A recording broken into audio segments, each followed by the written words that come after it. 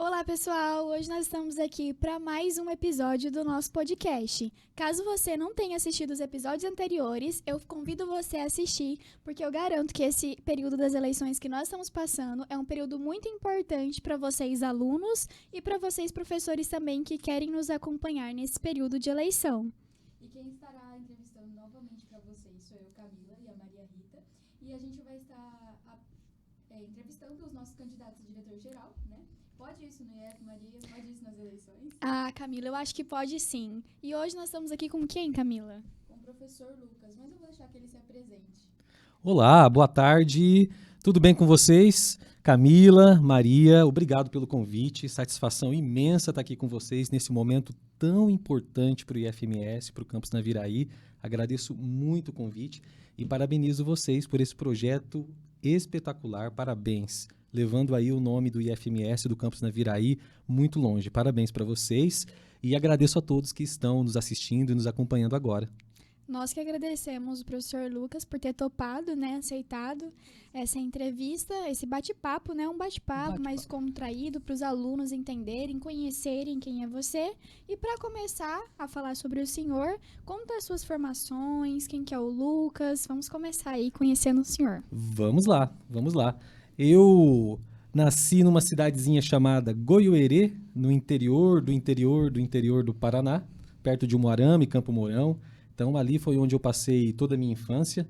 Meu pai é um técnico em eletrônica, minha mãe dona de casa, mas eles são referências na minha vida, né? Minha mãe, por exemplo, sempre foi uma motivadora para eu estudar, né? Muito. Minha mãe, ela é uma pessoa assim que eu falo com muito orgulho, porque na infância minha mãe catou algodão, depois ela foi empregada doméstica, depois quando ela se casou com meu pai, né, ela já teve uma vida assim um pouco melhor, depois veio uma separação, então ela passou por muitas dificuldades, mas ela sempre foi resiliente. Então minha mãe, ela sempre me ensinou a lutar, não baixar a cabeça e lutar por aquilo que eu acredito. Então mesmo com todas as dificuldades que ela sofreu, ela nunca baixou a cabeça. E eu tenho muito orgulho disso. Ela sempre motivava a gente a estudar. Então, tem que estudar, tem que estudar, tem que estudar. E sempre muito rigorosa também, muito rigorosa. Né? Então, é uma referência para mim. E o meu pai, um trabalhador, super dedicado naquilo que faz, humilde. Mas eu cresci nessa cidadezinha chamada Goiuerê e de lá eu fui para o mundo. De lá, eu fui depois fazer agronomia em Umuarama, na Universidade Estadual de Maringá. Nossa, meu sonho ir para lá. Top, Universidade Estadual de Maringá, recomendo. Temos muitas universidades boas, o UEMS, o FMS, USP, Unesp, temos tantas universidades boas, maravilhosas. O IFMS tem aí, né, com os cursos superiores, a gente está tendo uma qualidade muito boa nos nossos cursos superiores e a gente quer cada vez mais melhorar e aumentar a qualidade dos nossos cursos para os nossos estudantes, mas daqui a pouco a gente fala disso. Né? E daí, na Universidade Estadual de Maringá, eu vivi muita coisa boa. Né? Eu posso dizer que lá foi onde eu aprendi a minha profissão, a profissão que eu amo, né? Que é a agronomia. Fiz agronomia, sou engenheiro agrônomo. E lá eu participei do centro acadêmico, lá nós participei do movimento estudantil. Então, na época, o governo queria fechar o nosso curso e nós fomos para a rua, nos mobilizamos.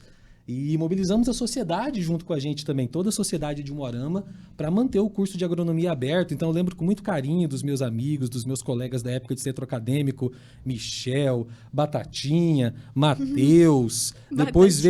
Depois o Matheus agora é professor do campus Nova Andradina. Que legal. Foi coordenador da agronomia. A Lígia foi do centro acadêmico, é diretora de ensino lá em Ponta Porã. O Wagner também é diretor de pesquisa ali no campus Nova Andradina. Então, a gente vem da UEM e do Centro Acadêmico Moaramense de Agronomia, todos nós. Estamos aqui fazendo parte do IFMS, eu tenho muito orgulho dessa história. Lá eu participei também da incubadora de empreendimentos econômicos e solidários. Então, a gente ajudava a implantar cooperativas. Participei como estagiário da incubadora, nós ajudamos, né? E foi um momento que eu aprendi muito na implantação de uma cooperativa de catadores em Umuarama. E ajudamos também na implantação de uma cooperativa de produtores de leite na cidade de Itapejara, no interior do Paraná. E tantos momentos, vivi momentos políticos dentro da universidade, participei ativamente, fiz pesquisa. Então, o nome que eu guardo com muito carinho é a professora Cláudia Arieira, né? Cláudia Regina Dias Arieira. Ela foi a professora, foi com ela que eu aprendi, que deu os primeiros passos para fazer pesquisa no laboratório de fitopatologia. Nunca tinha visto um microscópio, então foi lá, o primeiro lugar que eu tive contato com a pesquisa e com tanta coisa boa que a universidade traz para a gente e que eu quero cada vez mais fazer com que o IFMS também traga cada vez mais coisas boas para os nossos estudantes, melhorando a vida deles, melhorando a vida da população da nossa cidade, contribuindo cada vez mais com isso. E depois, aí tem toda uma história ainda. Tem tempo, né? Sim, pode então falar vamos lá. à vontade. Então vamos lá. Então, depois que eu me formei na Universidade Estadual de Maringá, eu passei no concurso para ser professor da rede estadual no Paraná. Então, eu fui para a cidade de Irati. Trabalhei no Colégio Florestal de Irati. Então, também fiz muitos amigos lá, né? Professores Ana Cláudia Babiuk, Gilmar Gume, Mariana Mendes, Elaine. Então, tantos amigos bons e bacanas que eu conheci lá. E lá foi onde eu comecei na docência. Então, um desafio muito grande, né? Para mim, na época, não tinha entrado em sala de aula ainda e fui cada vez me apaixonando mais pela sala de aula. E daí fiquei no Colégio Florestal durante um período e ali eu vivi realmente, eu dei aula para o curso técnico em meio ambiente, técnico em florestas e técnico em segurança do trabalho. Então ali foi onde eu realmente aprendi a docência e fui me aprofundando ainda mais na parte técnica nesses diferentes cursos. É um colégio muito bacana, é uma referência no Brasil no ensino técnico e uma referência muito importante porque ele tem, se eu não me engano, 60 hectares de floresta plantada. Então eles têm uma área grande de florestas, tem alojamento, refeitório, tem uma estrutura assim espetacular. E na época tinha uma equipe de gestão muito boa também. E agora eu não conheço mais os gestores, mas o colégio continua funcionando. Visitei lá recentemente, fiquei muito feliz, emocionado de estar lá. E aí foi um momento muito importante, muito bacana para mim. E aí depois do Colégio Florestal, aí a gente, né, existem alguns momentos na vida que a gente quer sucesso. Então você quer ganhar dinheiro. Então vamos ganhar dinheiro. Então eu queria falar, professor, eu gosto, mas né, não está me dando dinheiro. E daí fui e passei num concurso para fiscal estadual agropecuário no estado de Rondônia. E do Paraná eu peguei um busão e parti para Rondônia. Misericórdia, já fui para lá, Porto Velho. Porto Velho é capital, é maravilhosa. Nossa. E é longe, hein? É longe. Nossa Senhora. Longe, é chão, menino. Bota chão nisso. Nossa. Eram 44 horas de ônibus para chegar na época. A bunda chegou quadrada. Aí depois que eu comecei a ganhar um dinheirinho lá, né, um salário um pouco melhor, eu já vinha de avião, né, nas férias. Mas fui de ônibus, de Malicuia. Mudança, parecia aquela mudança assim, sabe, aquele monte de coisa, aquelas malonas assim, aquilo ia, nossa. E aí eu cheguei, eram 44 horas de ônibus, do Paraná até Rondônia. Eu cheguei na cidade de Ji-Paraná. E de Ji-Paraná eu fui para uma cidadezinha chamada Costa Marques, que é na fronteira com a Bolívia. Então, Costa Marques dá, se eu não me engano, uns 200 quilômetros de Ji-Paraná. Na época era tudo estrada de terra. Aí era um ônibus alto, parecia que você estava indo para a guerra. Porque é uma dificuldade, né? É o acesso na região amazônica. E daí eu lembro, agora a estrada está asfaltada lá. Tanto é que eu cheguei lá, estava começando a asfaltar, mas eu peguei a maior parte da estrada ainda de terra. E cheguei lá em Costa Marques. Aí eu me perguntava, meu Deus, eu podia ter ficado lá em Irati na sala de aula. Mas aí, vamos lá, vamos enfrentar, vamos embora. Vamos para frente, vida que segue, vamos embora. E foi uma experiência de vida espetacular para mim. Espetacular. Cheguei lá em Costa Marques. Tô batendo na mesa, né? Cheguei lá em Costa Marques. E fui bem recebido lá, né? Meu chefe lá no escritório de defesa agropecuária era um técnico né, chamado Claudio Miro. Me recebeu muito bem, muito experiente, muito acolhedor, assim, agradeço demais. E lá na fronteira, o que divide ali, a fronteira é o rio Guaporé, um rio lindíssimo na região amazônica, que faz a fronteira do Brasil com a Bolívia, lá em Costa Marques. E nós éramos responsáveis pela fiscalização de mais ou menos 400 quilômetros de fronteira. Então, eu andei de barco, a gente fazia fiscalização em chalanas, em chatas que carregavam bois. Então, para mim, foi uma experiência, eu nunca tinha vivido aquela experiência. Para mim, foi espetacular. E eu conheci a realidade da Amazônia, a carência das pessoas. Visitei muitos produtores rurais afastados, produtores rurais que não tinham energia elétrica, produtores rurais que não tinham assistência técnica. E com o tempo foi melhorando um pouco, depois foi chegando a energia elétrica, um pouco mais de assistência técnica, mas era uma região muito carente. Uma cidade que tinha somente um médico para atender toda uma população, que se eu não me engano era 15 mil habitantes, mais a região toda, e tinha o médico do Exército que atendia também. Então, uma região muito carente de infraestrutura, de recursos, né? E aí, falando de região amazônica, né? Se a gente não quer deixar que os outros peguem a região amazônica ou falem que a região amazônica é internacional, o Brasil tem que olhar com mais carinho para a região amazônica, com mais cuidado, sobretudo para as pessoas que estão lá. E isso exige investimento, exige cuidado dessas pessoas. Então, eu conheci ribeirinhos, passei pelo rio, dormi no rio, andei muito, conheci reservas indígenas, aprendi muito naquela época.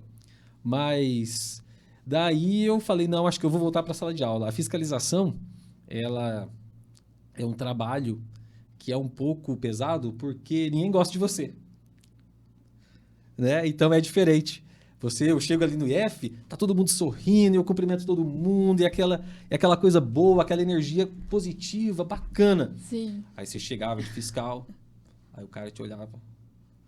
E acha que é cobrança, né? E na verdade a fiscalização agropecuária, ela tem o objetivo de proteger o próprio produtor, né? Então, conta, por exemplo, a minha fiscalização lá era justamente para não entrar doenças de plantas ou patógenos que causavam doenças em plantas de outras regiões. E a entrada desses patógenos ia significar prejuízo para os produtores. Então, é uma proteção à própria agricultura.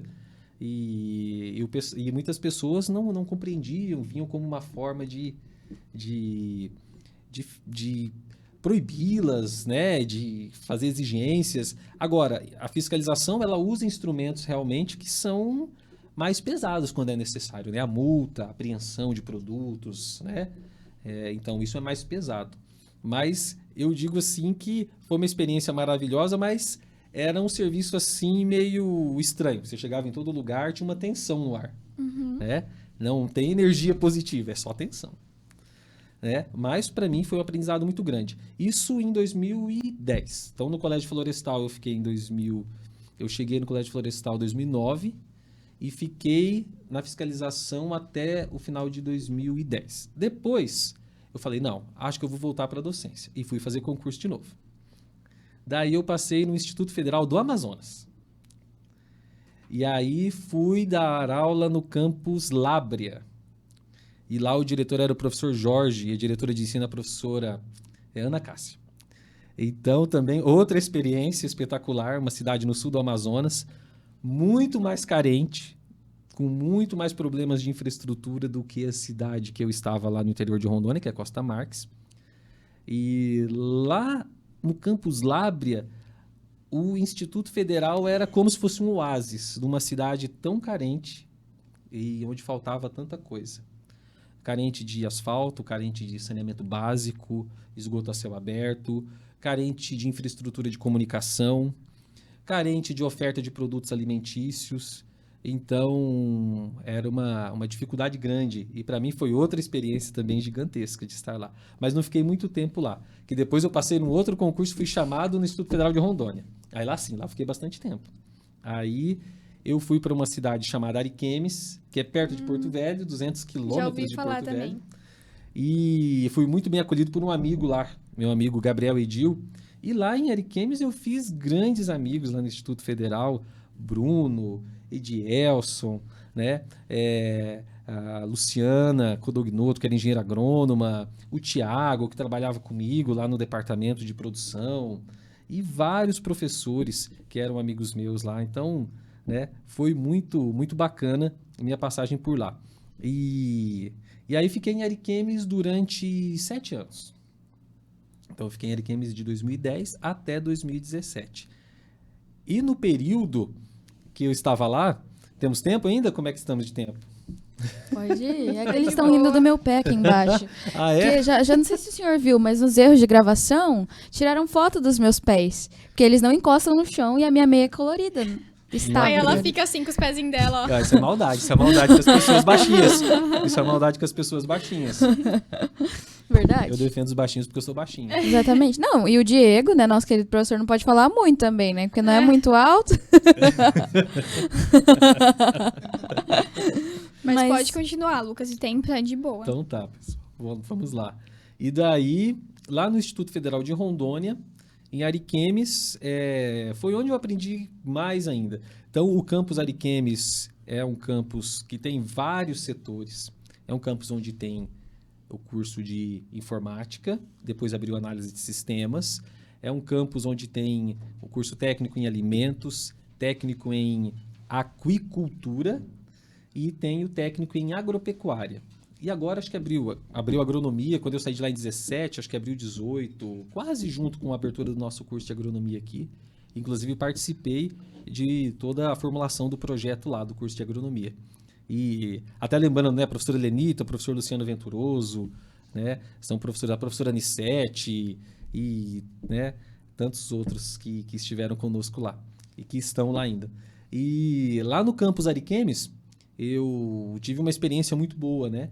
Lá eu fui convidado pelo diretor na época, o professor Uberlando, a assumir minha primeira função de gestão. Então, um desafio para mim, ainda novo, com 2010, 25 anos. Nossa senhora, ele já tinha rodado o mundo inteiro, o Brasil inteiro, e ainda só tava com isso de Com idade. 25 anos. 25 anos já tinha tudo isso, de F, de escola, de fiscal nas costas. Paraná, Rondônia. Rodando o mundo. Nossa senhora. Que Rodando o legal. mundo.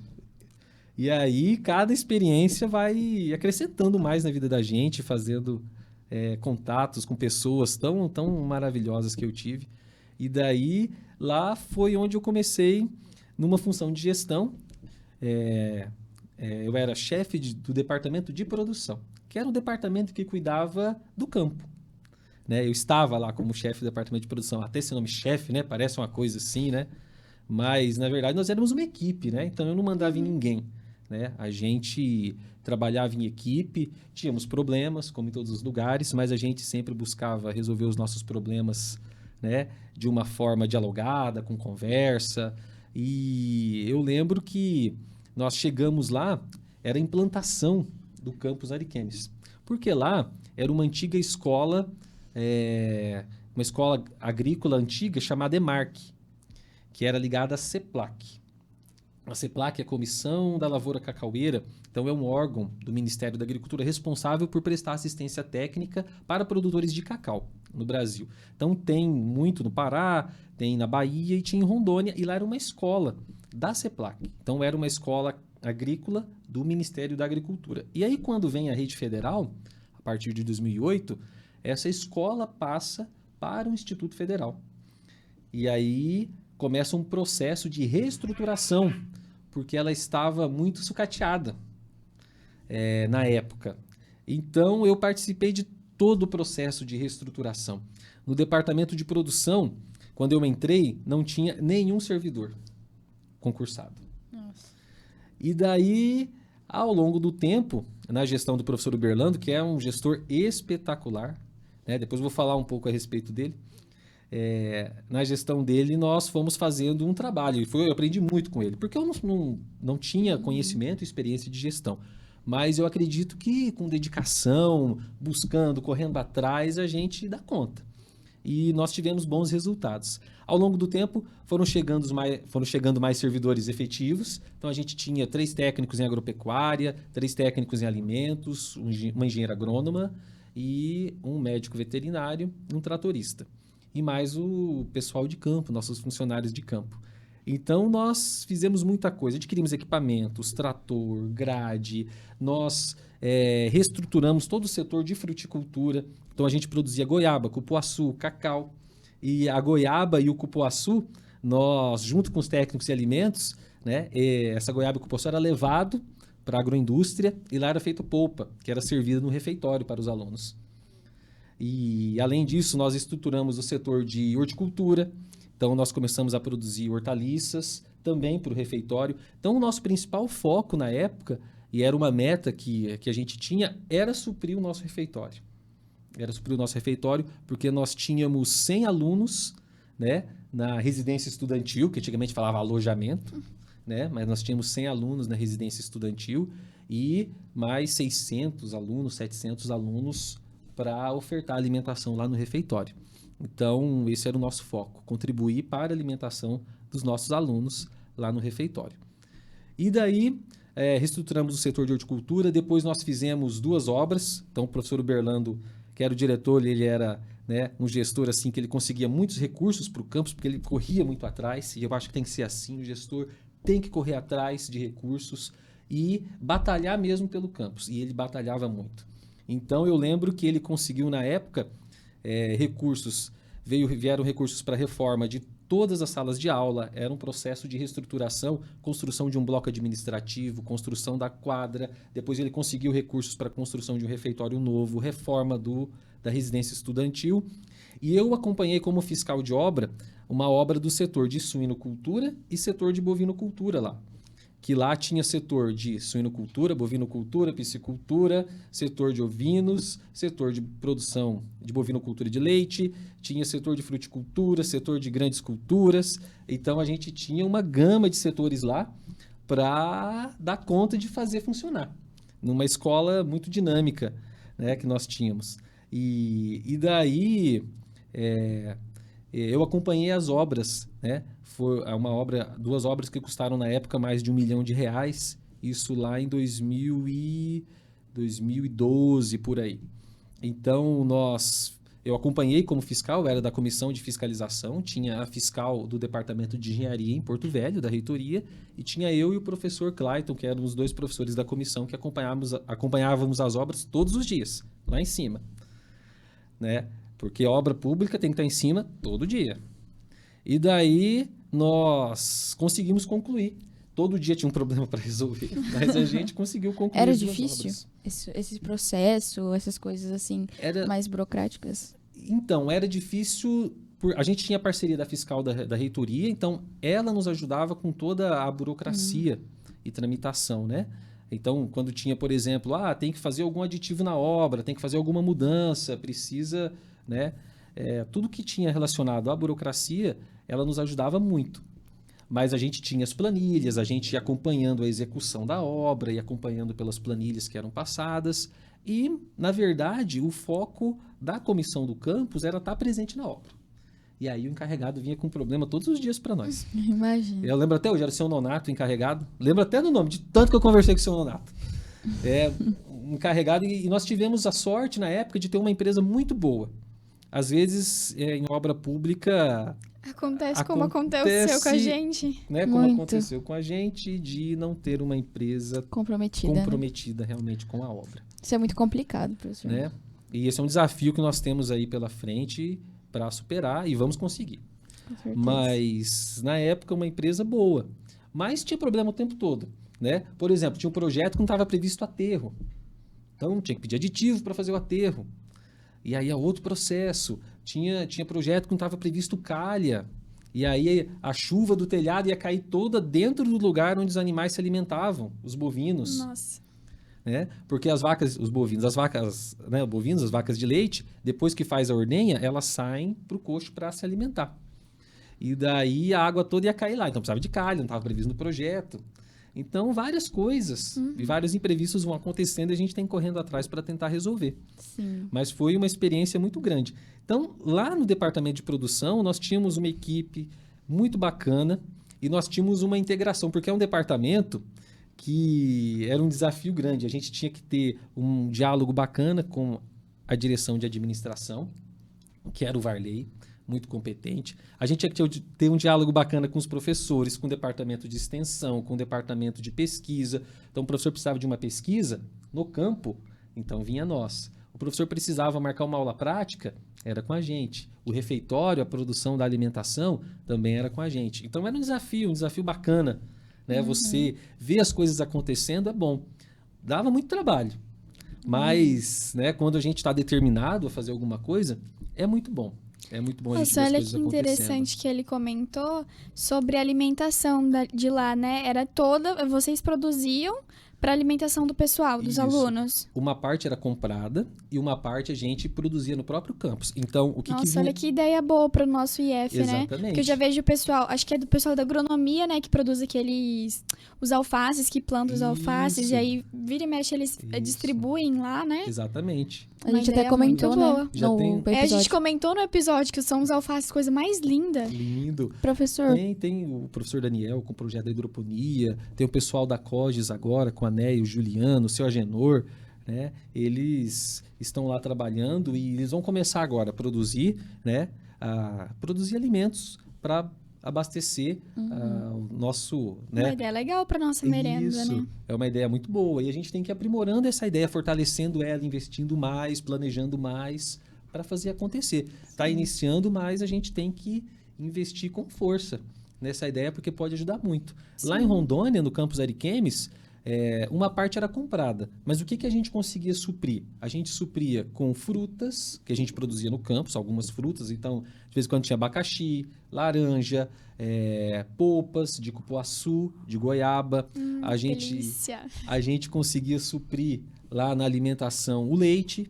Então, todo o leite era nosso, produzido lá. A gente conseguia suprir, em alguns momentos, com peixes. Então, tinha produção de peixe no campus. E a gente conseguia suprir também com carne suína. Nossa, que campo diversificado, hein? Então, a Tanto gente de coisa que tem. conseguia fazendo a coisa acontecer. hoje é assim? Lá? Olha, hoje eu não sei mais como que tá lá.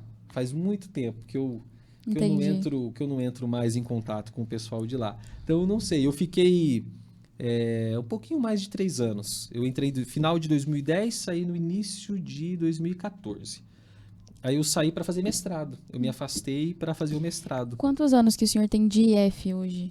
Hoje eu entrei em 2010 no Instituto Federal do Amazonas, fui para o IF Rondônia e vim para o IFMS em 2017 por concurso também. Que interessante. E tenho se afastou- 13 anos. Se afastou para fazer o mestrado, Em 2014. aí você terminou o mestrado e foi para seu concurso. Aí eu terminei o mestrado e voltei, fiquei afastado 1 ano. Aí fiz as disciplinas do mestrado, voltei para Rondônia, fiz a pesquisa, defendi o mestrado em fevereiro de 2016, ainda estava em Rondônia. E daí eu me casei em 2016 e minha ex-mulher era do Paraná. E daí, na época que a gente casou, eu queria voltar mais para perto da família. Aí volta aquela conversa que a gente falou, né?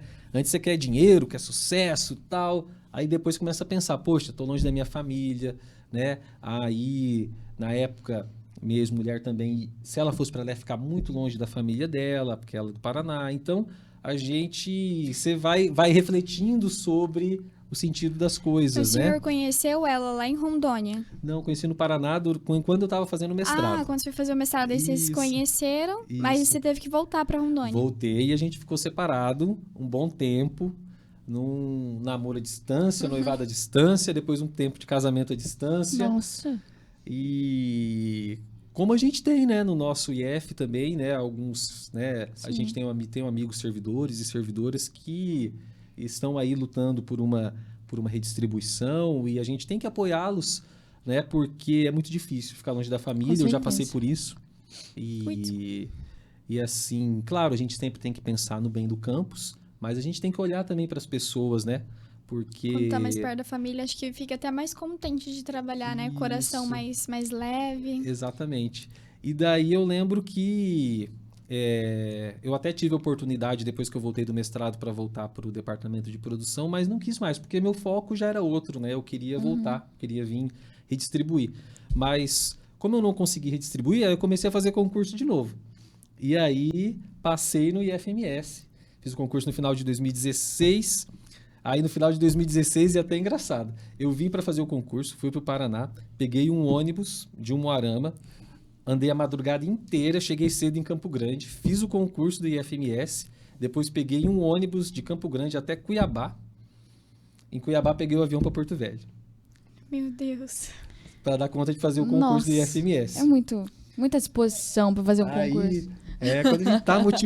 Quando a gente tá motivado é diferente, né? Sim. A gente passa por fases na vida, e eu passei também, e todo mundo acaba passando, né? Por fases que a gente talvez está um pouquinho mais triste ou mais né, desmotivado, mas quando a gente está motivado é outra... Tem um foco, né, professor? Tem um foco, E isso, tem uma pegada esse legal. foco que o senhor teve nessa fase de concurso, nessa fase que estava trabalhando ali há muito tempo já, né, desde a formação até hoje, como que foi essa decisão no ensino médio? O senhor emendou já no ensino médio com a faculdade ou esperou um tempo? Como que foi decidir? Eu emendei. Mas olha, eu confesso para vocês, é uma decisão, eu fico pensando assim em todos vocês sempre, né? Até minha filha tá lá, Camila, faz informática, né?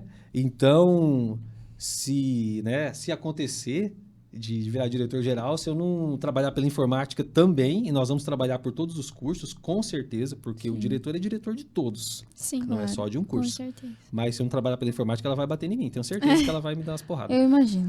Aí, né? Então ela gosta muito do curso, gosta do IFMS e daí eu fico, né? Quando eu penso nela, penso em vocês, né? É uma decisão muito difícil, né? E para mim foi também uma decisão muito difícil você escolher o que você vai fazer pro resto da sua vida, né? Então... Mas já tinha certeza do que ia fazer ou foi algo assim? Não tinha. Só fez? Não tinha não. Mas Aí como o que acontece? o senhor morava no interior, teve alguma influência, assim, por escolher a agronomia? Teve, sempre tem. Minha região é uma região agrícola, onde a agricultura é muito forte. E eu morava na cidade, mas eu sempre tive contato com o meio agrícola. Era né? meio agroboy? Eu não era tão agroboy, mas eu visitava Gostava, muito né? o campo, né? Nós tínhamos muitos conhecidos, né? Então a gente sempre ia para a área rural e eu show. gostava de ir. Mas só que você fica na dúvida, será que eu vou fazer agronomia? Será que eu vou fazer... Aí eu fiz vestibular para agronomia, fiz vestibular para odonto na época. Aí passei em agronomia em Umuarama e fui fazer agronomia. E ao longo do curso eu fui gostando muito, fui me apaixonando pelo curso e não me arrependo de jeito nenhum. Hoje eu não trocaria agronomia. Né? No momento a gente tem muita dúvida, mas hoje eu não trocaria, realmente. Eu tive, né, dúvidas no momento, naquela época, mas hoje eu não trocaria, sou apaixonado pelo que eu faço. E aí eu consegui ainda aliar com outra coisa que eu gosto, que é a docência, que é dar aula. Que bom. E hoje o senhor acha que o senhor tem um bom vínculo com os alunos? Assim, como que é a sua relação como professor com eles? Olha, E também amigo, né? Porque o professor acaba sendo um amigo nosso, né? Isso, eu como professor, ao longo do tempo a gente passa por diversas fases, né? Então eu tive uma fase que eu já fui mais rígido. E hoje a gente vai sempre aprendendo, a gente vai mudando. E eu como fiz agronomia, nós não temos uma disciplina voltada para a formação pedagógica. Mas ao longo do tempo, com a docência, com as experiências, com as formações, então a gente vai adquirindo mais sensibilidade pedagógica, tendo um olhar para o aluno como um todo. Eu falo que professor Né? que tem essa formação pedagógica, né? Professor que é pedagogo, tem um diferencial no tratamento com os alunos, né? Isso. Eu sinto um carinho, assim, a mais. Não sei, talvez saibam lidar melhor, não sei explicar, Mas mas... eu acho que todos os professores, do jeito deles, eles têm um carinho. Com Eles certeza. estão querendo, sim. todos eles estão querendo o melhor. Sim. Né? E ali a gente tem uma equipe bacana, uma equipe boa, de profissionais competentes, dedicados, eles querem o melhor para a instituição, tanto os professores quanto os técnicos administrativos, gente muito Sim, competente. nossa, o IF é uma família, né? Né? Nosso É IF, assim, nosso campus e é ali, isso que todo mundo é unido, né? E isso que a gente tem que manter, né? E é isso que eu quero depois da eleição. Durante a eleição, às vezes tem uma tensãozinha aqui, uma tensãozinha ali, né? Mas eu acho que a gente tem que buscar mesmo manter essa família, nos mantermos unidos, Com certeza. passar da eleição, né? Eu faço um compromisso de que eu vou continuar contribuindo com a instituição e sem criar confusão. Porque tem gente que quer criar confusão. Eu estou aqui para contribuir nesse momento, contribuir com propostas. E você tinha perguntado sobre os alunos, minha relação com os alunos, né? Sim. E hoje, a minha relação com eles, eu tento ser o mais acolhedor possível. A gente tem que buscar, claro, passar o conteúdo, Sim. ensinar, explicar, mas eu acho que o acolhimento é muito importante. Com certeza. Porque, olha, gente, vou falar bem sério para vocês. Ficar 4 horas, dá mais de 4 horas, né? 7, 8, 9, 10, 11, dá mais de 4 horas. Dá quase 5 horas dentro de uma sala de aula, muitas vezes. É cansativo. É estressante também, sabe? Então, eu tento ser o mais acolhedor possível. Eu quero que seja uma aula assim mais animada. E o senhor eu tento dar consegue. risada. O senhor consegue. Nós não temos aula com o senhor, mas o jeito que o senhor trata os alunos, tanto é que eu não tenho aula com o senhor e você vive me passando, vive passando pelo pátio, olhando pra mim, cumprimentando, sempre com esse sorriso aí. A gente se sente bem acolhida por Com ele mesmo sem certeza. ter aula. Obrigado. E a questão de ouvir falar, né? Dos alunos falarem, elogiarem. Isso, te elogiam Nossa, muito. É muito simpático, é sempre muito alegre na sala, é muito alegre nas aulas. E, professor, o que o senhor... nosso tempo aqui, né? Acabamos de receber um recado, Tá né, bom. Maria? Vamos... Aí só pra. Aí quando chega de manhã, eu tenho aula segunda de Aham. manhã. Não, desculpa cortar o tempo. Eu tenho aula Nada. segunda de manhã. Segunda de manhã é uma benção, né? Chega todo mundo assim, ó. Aham. Aí eu, bora pessoal, vamos. Acorda, gente, vamos pra aula. Todo mundo, professor, meu Deus do céu. Não quero. Mas é buscar acolher, motivar para Sim, ser um ambiente sim. legal, né? Um ambiente Com bom de se certeza. estar. Vamos começar, então, agora conversar com o candidato Lucas, né? A gente conheceu o Lucas Rocha, o professor Lucas, a pessoa que rodou o mundo antes dos 25 anos, já Nossa, estava Brasil, rodando Brasil. o Que Brasil. experiência. Ele falou ali sobre a formação pedagógica, né? Que ele não teve, mas com as experiências. Eu falei, Com certeza. quantas experiências ele já Quando teve? chegou no IF, já chegou férias já de experiência, graças a Aham. Deus pra gente. Bom pro nosso campus, né? Aham. Ganhamos um. Mas, professor, vou pedir para que a Maria faça a primeira pergunta que a gente separou. Né, Maria? Faz aí a primeira pergunta. Então, agora nós queremos saber o porquê que o senhor se candidatou para diretor-geral e qual que é o cargo do diretor-geral no campus. Qual que é a função dele pro senhor? O que o senhor... o que o senhor fala. Porque assim, igual a gente conversou com os reitores, né, os candidatos a reitores, todo mundo fala, candidato a reitor, candidato a reitor. Mas o que é um candidato a reitor? Ótimo. E agora, o que é um diretor-geral, um candidato a diretor-geral? Então tá, então vamos lá. Bom, eu, né, defini ser candidato, né, não fui eu que defini, nós somos um grupo, né? E eu não tinha, na verdade, a intenção de ser candidato, não tinha mesmo a intenção de ser candidato até uns 3 meses atrás. Mas o meu objetivo principal como candidato é contribuir para o processo de crescimento e amadurecimento do nosso campus. A gente está vivendo um momento muito importante. E eu sou, de verdade, eu sou apaixonado pela democracia. Pela democracia. A democracia tem muitas falhas, muitos problemas, mas ninguém inventou nada melhor ainda para a gente aprender, para a gente viver em sociedade com respeito um pelo outro e respeitando o direito do outro e com todos tendo o direito de se manifestar, de falar, de propor, de fazer propostas. Então, a democracia é um espetáculo. E eu acho que é um aprendizado, inclusive, eu acho que é uma grande aula para os nossos alunos, esse momento que a gente está vivendo. Então, eu Sim. tento ser um exemplo, né? Às vezes tem momentos de tensão, tem uma coisa ou outra que acaba acontecendo, que às vezes é um pouco chato, mas eu tento ao máximo mesmo ser um exemplo para os nossos alunos, no sentido de que esse é um momento de propostas, esse é um momento da gente conversar sobre a nossa instituição. Então, se a gente tivesse um candidato único, será que a gente estaria tendo todas essas conversas? Será que a gente estaria realmente debatendo o nosso campus? Debatendo o futuro? Com certeza nosso é importante campus. a gente ter outra visão, né? Então é escutar, né? Diferentes Sim. lados, diferentes pessoas, né? Eu tenho certeza que eu posso acolher propostas, né? Do outro candidato, ele pode acolher propostas minhas, né? E se eu ganhar, eu espero acolher propostas dele.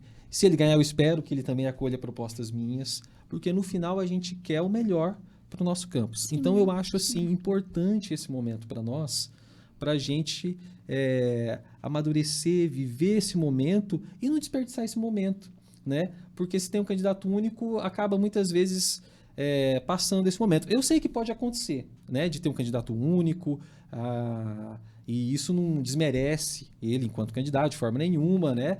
Mas também pode ter propostas, vai contribuir, mas eu acho que a gente pode aproveitar esse momento e tendo 2 candidatos, a gente se aprofunda no debate. Sim. Né, Certeza. sobre aquilo que a gente quer para os próximos 4 anos, e a pergunta sobre a função do diretor-geral, né? Isso. Então, o diretor-geral, no campus, ele tem um papel estratégico. Então, ele vai conduzir as ações no sentido de fazer o planejamento estratégico do campus. Então, o que nós queremos para o futuro, né? Esse planejamento estratégico, quem tem que conduzir é o diretor-geral em diálogo com todos os setores do campus. Então, qual é o nosso planejamento para o futuro, o que nós queremos, né? Então, essa construção, ela vem liderada pelo diretor-geral. E liderar, que eu falo, é justamente construir isso de forma coletiva, né? Então, nós não somos uma instituição que tem um dono, né? Todos nós somos os donos, toda a Sim, sociedade, todos toda a nós população, contribuímos. alunos, professores, técnicos administrativos e a comunidade, Sim. né? Na Viraí, região. Então, é um processo de construção coletiva. E aí, depois de feito esse planejamento do que nós queremos para o futuro, a gente precisa correr atrás de recursos. E aí o diretor-geral é o nosso representante na sociedade, junto, né, à política, junto aos setores da sociedade. Então, ele que vai fazer a nossa ligação com esses setores e buscar recursos, buscar parcerias para fortalecer o nosso campus, né? E é isso que eu pretendo como diretor, né? Representar bem o nosso campus na sociedade, buscar parcerias e buscar recursos. Ô, Lucas, mas o diretor-geral, ele não pode ser professor também, né? Além, tipo assim, da função de diretor-geral, ele pode estar dando aula também ali no IF? Ele até pode dar aula. Acho que o Matheus, inclusive, acho que ele dá aula na docência, na especialização na em docência pós. que nós temos na pós. Ah, Acho que ele tem uma disciplina na pós. Mas assim, não pode chocar as horas, no caso. Tipo, não pode Isso, sombrear. porque- e você não vai sentir saudade? Você não Eu vai sentir vou falta? sentir saudades. Tanto é que, claro, a gente trabalha sempre para ganhar, né? Faz o melhor para ganhar. certeza. Mas se eu não ganhar também, eu fico contente, volto para a sala de aula, que é o que eu gosto de fazer também. E a gente vai trabalhar pelo IF da mesma forma. Sim, e professor, uma coisa que o senhor falou que eu achei muito interessante é a questão dessa um candidato só, né? O senhor não ganhando, se a professora José não ganhar, se o Wagner não ganhar, é claro, vai ter um vencedor ali. Mas o importante é a gente analisar as propostas de todos eles. Isso. E se tem proposta ali que cabe dentro do IF, ali cabe uma proposta ali, por exemplo, de outro mandato, de outra pessoa, é importante a gente levar em consideração, né? Ouvir essas propostas. Com Porque é um certeza. momento para isso. Não é quem ganha, todo mundo ganha, independente. Exato. O certo é todos os professores que se puseram à disposição de se candidatar, ganharem também de certa forma, porque eles tiveram uma equipe, uma ideia que talvez possa ser levada para frente com uma outra gestão também, né? Isso. Com a sua ou com uma outra gestão. Isso é Exato. muito importante, esse momento. Exatamente. E o que eu busco é uma gestão assim democrática, né? Uma gestão transparente e uma gestão que tenha diálogo, né? Com alunos, com os professores, com os nossos técnicos administrativos. Quando você mencionou a respeito, né, do diretor-geral sobre dar aulas, né, é que o diretor-geral é complicado para ele dar aulas porque ele tem muitas viagens, então essa representação é importante para o campus. Então ele tem que estar em Campo Grande, ele tem reuniões, ele tem que ir para Brasília, então tem que várias... buscar verbas Tem que também, buscar né? verbas, né? Entendo. Mas é isso, Camila, passada a eleição, o que fica são as propostas, Sim. né? E a gente tem que aproveitar isso da melhor forma possível, independente de quem ganhar, a gente quer que o máximo de propostas sejam incorporadas e Exatamente. que o candidato que ganhar implante essas propostas, né, da melhor forma possível e mantendo sempre, uma coisa que eu quero buscar é manter sempre um bom clima organizacional. Nós somos um campus em que as Sim. pessoas têm respeito pelas outras, têm amizade, né, são acolhedoras. Então isso eu quero manter depois da eleição e espero que se mantenha. A professora não, né? A servidora, Cláudia, ela fez uma pesquisa e tal, eu tava conversando com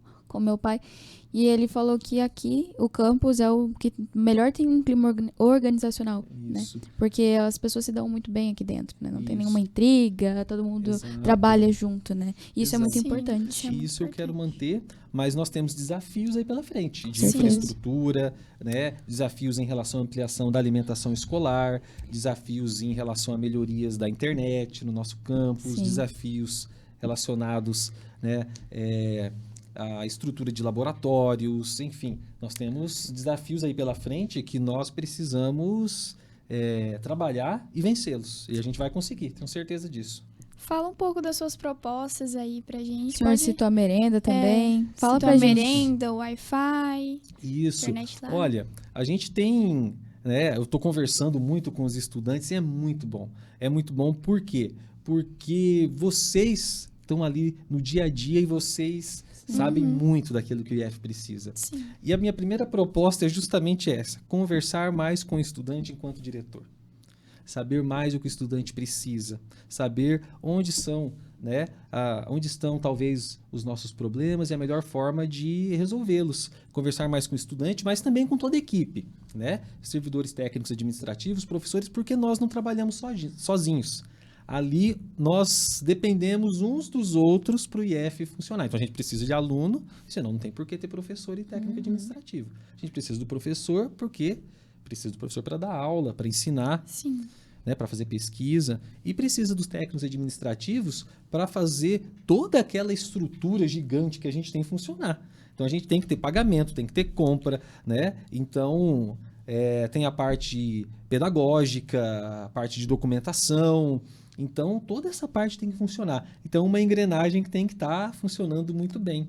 Todos ali. juntos, né? E dentre as minhas propostas, né, eu tenho uma proposta que é o fim do TCC do ensino médio, que está gerando bastante repercussão, né? Mas que a gente pode falar sobre ela, né? Hoje o TCC eu acredito que ele é uma sobrecarga para os alunos, principalmente do terceiro ano. E nessa época de Enem, vestibular, né? isso. Normalmente a gente tem que estar mais ligado a isso e a matérias que caem, tipo português, matemática, que é o que vai cair nos vestibulares, né? isso. E aí muitas vezes a gente fica se desgastando com o TCC. Isso. A intenção do TCC é muito bacana, é muito Sim, boa. eu acho isso muito né? legal. A gente vai para a faculdade já preparado, né? Isso. Já Então você sabendo aprende fazer a o escrita TCC. científica, você realiza um projeto. Só que o que está acontecendo? É pouco tempo. São 3 anos de curso. E Então, que passa assim, ó, num Passa piscar rápido. de olhos. Quando o aluno chega no terceiro ano, aí geralmente ele tem que fazer estágio, ele tem disciplina, ele tem TCC, aí ele tem que começar a estudar para o Enem e muitos ainda têm talvez alguma disciplina, alguma dependência para fazer. Então isso sobrecarrega. Agora, quero deixar claro isso, né? Eu vou propor e vou apoiar, mas a decisão soberana é dos colegiados de curso. Então, Sim. claro que a gente vai apoiar, mas a gente tem que respeitar a instância, que é o colegiado, que é uma instância democrática. Mas a gente vai propor e vamos apoiar. Eu tenho uma dúvida em relação a isso, é porque assim, eu penso que o IFMS, como a gente tem um curso técnico integrado, é um diferencial. Então, o TCC, ele prepara a gente de certa forma, né? Sim. E também é muito importante um trabalho, porque a gente não faz é um trabalho, né? Não, independente da gente não faz algo do curso necessariamente. Você pode fazer de outras áreas, né? Pode usar um projeto, pode usar as horas de um projeto que você fez. Isso. Hoje, Então é importante, só concluindo meu ponto de vista. Nada. É que assim, eu acredito que o TCC, na minha opinião, tá, gente? Na minha opinião, é algo que deveria ser mantido porque é um trabalho importante pra gente ter uma noção da faculdade, assim como o estágio que a gente tem. São coisas diferentes. Você vai o pessoal fica assustado, mas é algo interessante até de a gente fazer, né? Eu tenho um projeto de iniciação científica, então eu não vou precisar escrever um trabalho porque eu já tenho. E isso é legal, só pra gente ter uma noção do que a gente vai trabalhar na faculdade. A gente sai preparado, né? Mas talvez não cortar o TCC, talvez conseguir convalidar ele de outras formas, Sim. né? Igual agora já abriu uma outra forma da gente apresentar algum projeto nosso na feira, né, que vai ter, e aí vai ter avaliadores e já vai servir como uma banca do TCC. Isso Então que eu acho talvez tira, interessante. tipo assim, do peso das costas dos alunos aquele negócio de TCC, banca, de ter que apresentar. Sim. Talvez tenha outras formas que a gente possa apresentar um trabalho científico, né? É uma sugestão. Isso. É uma sugestão. Isso não, gente, exatamente. A gente é uma abertura. E aí o que é bacana? Quando você propõe algo, é que a gente não pode ficar na zona de conforto. Porque assim, da mesma forma que a gente tem pessoas que estão em projetos, eu sei que existe, né, essa opção, né, de você fazer um projeto, mas de qualquer forma, você vai ter que fazer uma escrita, você tem que apresentar para uma banca, né? O projeto, se eu não me engano, se publicar o artigo, não precisa da banca, né? Se eu não estiver enganado. mas Apresentar numa... o estágio também pode ser utilizado, mas tem que ser uma escrita mais científica. Então a gente tem opções hoje, né? Mas ainda, para muitas pessoas é um peso e é uma sobrecarga. E nós temos muitos alunos que acabam desistindo, às vezes só falta o TCC, aí desiste. Aí, muitas vezes eu mesmo tive casos de aluno que tinha passado no vestibular, mas faltava só o TCC. Sim. Aí me ligou, professor, preciso fazer o TCC. Não, então vem, vamos fazer em janeiro, vamos sentar aqui, vamos escrever e vamos embora. Vamos embora, porque como é que vai perder? Né? É assim mesmo. E eu acho que o prazo é muito curto. Então, assim, a minha proposta é o fim do TCC no ensino médio, mas ele pode ser algo opcional também. Sim. Né? Fim no sentido assim, faz Daquela obrigação ali, aquela né? obrigação. Então, quem já tem um projeto, quem tem uma iniciação científica e quer optar por fazer, para contar no currículo, é uma proposta. Sim. Isso pode ser mantido.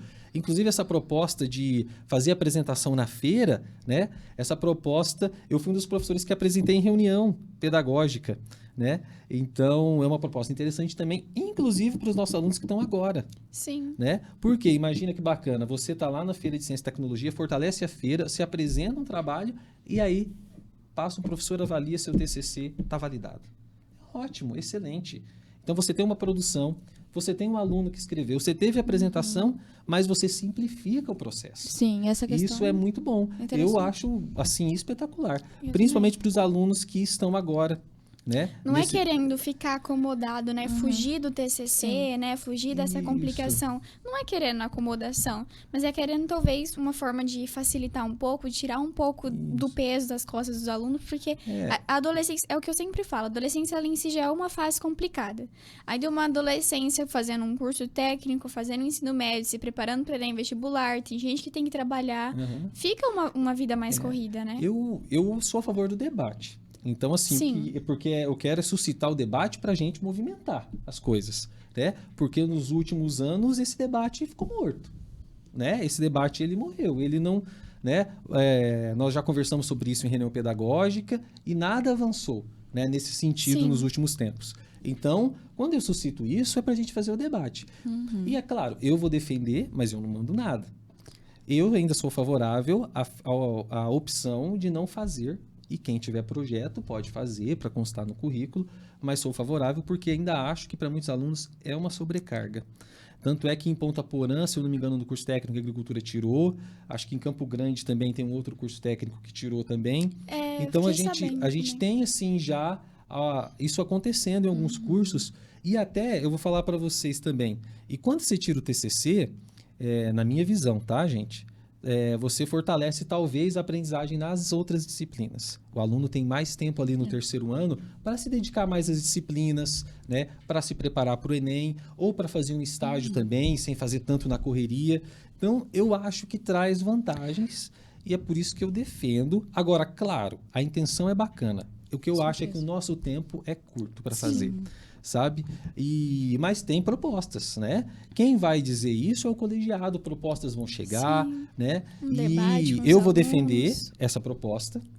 Eu vou defender essa proposta como diretor-geral, mas eu não sou lá quem vota e decide no final. É o colegiado e o colegiado é uma instância democrática que tem que ser respeitado.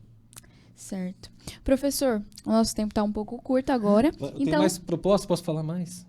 Só falei do TCC, senhor Jesus? Fala rapidamente para bem. Então a gente quer, né, para os estudantes, a gente quer uma internet boa, bacana, de qualidade. A gente precisa melhorar urgentemente a qualidade da internet no campus, no núcleo de tecnologia, que vocês estão lá no núcleo de tecnologia. Por favor. Né? A gente precisa, né, fornecer uma alimentação no contraturno para estudantes que fazem projetos, estudantes que estão lá em turma especial. Passa então, o dia inteiro, né? Isso, passa o dia inteiro no IF, para estudantes que vão para a área rural, que demora muitas vezes para chegar em casa. E se eu não me engano, eles já estão oferecendo um lanche agora, né? Sim. Muito bacana, uma ação bacana demais do NUGED. Parabéns para o NUGED, que tem um olhar assim espetacular dentro do IFMS para os nossos alunos.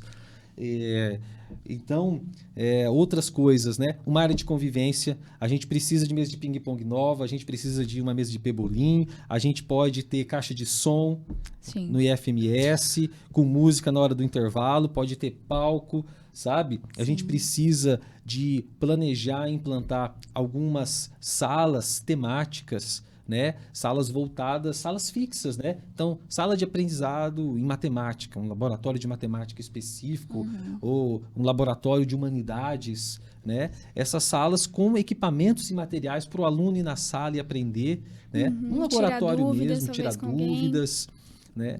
Então, nós temos muitas coisas que a gente quer implantar. O programa Vale Universidade, que é um programa do governo do estado que dá bolsa para os alunos, né, estagiários, e quem paga a bolsa é o governo do estado. Então, a gente vai buscar esse programa. A gente quer melhorar a questão, né, fazer o Grêmio Estudantil e o centro acadêmico. O Grêmio Estudantil né? é importante. O Grêmio Estudantil, Nós o centro não acadêmico. temos, faz tempo, né? Sabe? Que nós não temos um Grêmio no IF. Quando o nosso prédio vir para nós, né, a gente vai continuar trabalhando.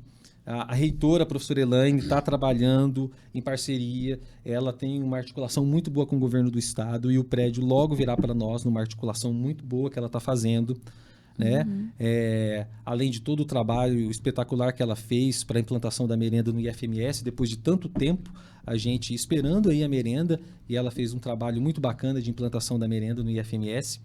E daí, além disso, né? Vou pegar minha cola aqui.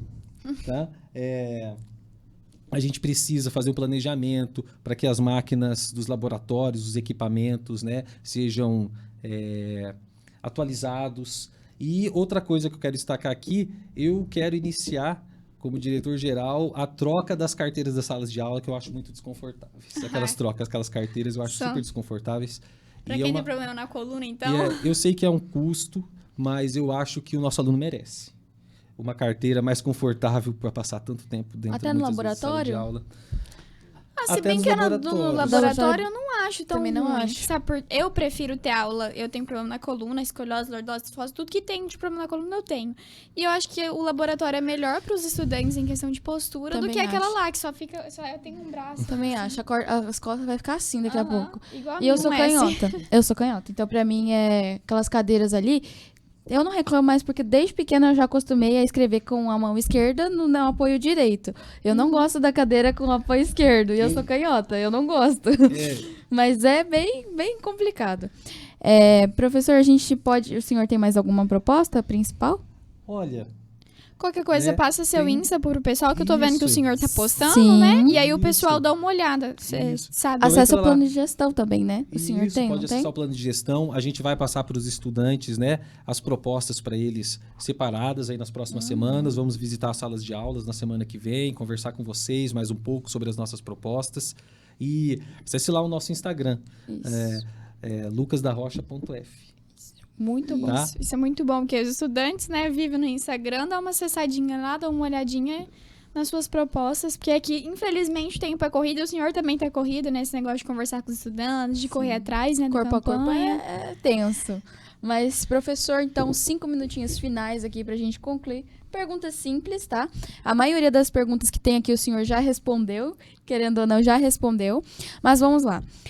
Se o senhor se candidatar, quem serão os seus diretores de ensino e de administração, caso eleito? Né? E vai manter ou vai trocar de direção ali, junto com o senhor? Olha, essa é uma decisão que nós estamos avaliando com muito cuidado, com muito carinho, né? Eu acredito que são funções essenciais, né? Isso, né, não é só eu que acredito, mas de fato são funções essenciais para o funcionamento do dia a dia do nosso campus. E nós vamos escolher com muita calma um perfil que tenha capacidade e competência para executar a função, mas sobretudo um perfil de diálogo, né? Uma pessoa que seja ponderada, que tenha capacidade de resolver problemas, porque são muitos problemas que nós temos para serem resolvidos, né? E um perfil, sobretudo, de diálogo, de construção, né? Nada de uma pessoa que faça as coisas por imposição, né? Então, essa busca nós vamos fazer de um nome que tenha esse perfil, um perfil de diálogo, de construção, uma pessoa ponderada, uma pessoa que busque integrar mais técnicos administrativos com os professores, que muitas vezes acaba surgindo algumas rixas ali entre algum setor ou outro, e a gente precisa, né? A gente precisa um do outro ali. Precisa Todos estar nós unido, né? somos fundamentais ali, precisamos uns dos outros ali na nossa instituição. Então a gente precisa de uma pessoa que tenha a capacidade de construir essas pontes. Sim. E é esse perfil que eu vou focar né, em relação ao futuro de Irade, futuro de Irem, ou futura de Irade, futura de Irem. Certo. E como que o senhor deseja incentivar a realização de projetos de ensino, pesquisa e extensão? Olha, a primeira coisa é não entupir o professor com uma carga horária alta de aulas. O professor ele precisa ter condições em termos de carga horária de aulas para conseguir executar os seus projetos e propor projetos. Sim. Essa é uma das primeiras coisas. E, além disso, a gente precisa também melhorar a nossa infraestrutura. Hoje, nós temos um laboratório de biologia, um de química e um de física. Então, muitas vezes eu vejo que é difícil de agendar um horário, bate horário com aula. E ultimamente a gente tá tendo que ter aula até lá, né? Tipo, as Isso. aulas normais mesmo por conta da reforma. Isso, então a gente precisa melhorar a nossa infraestrutura, Sim. né? Então, eu vou pedir um bloco de laboratórios para a área nova, independente da obra do bloco H. Então, vou pedir um bloco de laboratórios ali no nosso campus, né? Quando o campus vir para uso exclusivo, eu espero que a gente aumente os laboratórios de informática ali no nosso campus. Tem aquele prédio ali atrás do CR8. Então, acho que dá para fazer muita coisa bacana ali, né? Para os cursos de informática também. Então, a gente vai buscar melhorar a nossa infraestrutura com certeza. E, além disso, apoiando. Apoiando com o quê? Apoiando, fazendo parcerias, buscando parcerias, integrando técnicos administrativos para que eles também coordenem os projetos, né? Sim. E, então, integrar eles nesse processo, que eles são competentíssimos para execução de projetos e realização de trabalhos, né, nesse sentido. Pesquisa, extensão e ensino são fundamentais para a gente, na verdade, a pesquisa, e com a pesquisa a gente desenvolve o conhecimento, e a extensão a gente leva o conhecimento para a comunidade, Sim. e o ensino a gente, né, leva para a formação das pessoas, todo esse conhecimento, né, a partir do ensino. Então, são fundamentais. Mas, sobretudo, eu acredito que a gente tem que buscar autonomia para a produção de editais no campus, com fomento, né? Seja por bolsa pesquisador, bolsa extensionista para o professor e aumento de bolsas ou aumento do valor de bolsas para os alunos é um incentivo, mas não só isso. O projeto ele precisa de uma taxa de bancada, ele precisa de um dinheiro para você comprar os equipamentos, equipamentos não pode com taxa de bancada, mas para comprar os materiais que são necessários para o desenvolvimento do projeto, né? Então, a gente precisa de dar esse suporte para que a gente consiga desenvolver melhor os projetos no nosso campus, né? Por exemplo, no IFMT tem taxas de bancada de R$2.000, R$3.000. Então, é uma forma de você auxiliar, né? O projeto da Fundect, né? Que eu tive agora um projeto aprovado na Fundect, né? No PicTech, ele tem a bolsa para os alunos de R$400 e tem uma bolsa pesquisador para o professor, a bolsa é de R$800. Só que muitas vezes, só que na maioria das vezes, inclusive esse valor que vai para o professor é utilizado no próprio projeto, né? Para compra de materiais, Porque de não dá, equipamentos. né? É uma forma desburocratizada de você aplicar o dinheiro e fazer o projeto andar, fazer o projeto caminhar. Então a gente tem que começar a buscar alternativas, Sim. novas experiências, novas alternativas e trazer boas experiências para o nosso campus nesse sentido. Professor, o senhor falou aí um termo. É taxa de bancada que foi, Maria, que ele utilizou? Taxa de... O que é? A taxa de bancada é um valor que vem para aplicação no projeto. Ah, sim. Então, Tem a bolsa e tem esse valor. A bolsa, Pode- tipo, é dinheiro para nós, para os para alunos e alunos. para o professor. E aí a taxa Ou de para o ban- professor, né? E a taxa de bancada é para investimento ali. Em materiais. Ah, É um valor que vem no edital, né? Para investimentos em materiais. Certo. interessante. Professor, como que tá sendo para o senhor esses últimos dias agora? Olha, para mim, para eu dizer assim, uma forma, é um grande desafio. E eu estou aprendendo muito, na verdade, né? Eu nunca fui candidato. Tem uma tensão, muitas vezes. Tem uma certa ansiedade, então a gente fica ansioso. Mas eu quero dizer que eu estou aprendendo muito. Principalmente com os servidores e com os alunos. Sim. Eu estou conhecendo a instituição de uma forma muito profunda, né? Eu já conhecia, já tenho tempo já de rede federal, então eu tenho experiência já em gestão, então já passei por gestão, já fiz pesquisa, já orientei, já dei aula. Que Então eu homem de experiência. tenho uma certa experiência, mas é diferente quando você sai candidato, porque você conhece minuciosamente todas as demandas do nosso campus. O dia E inteiro eu ali, estou batendo buscando papo. conversar com todo mundo, realmente, com Sim. todos os servidores e servidoras e todos os estudantes. É difícil de conversar com todo mundo, né? Aí, às vezes, a pessoa fala, nossa, você não veio conversar comigo. Eu, poxa, mas vamos conversar.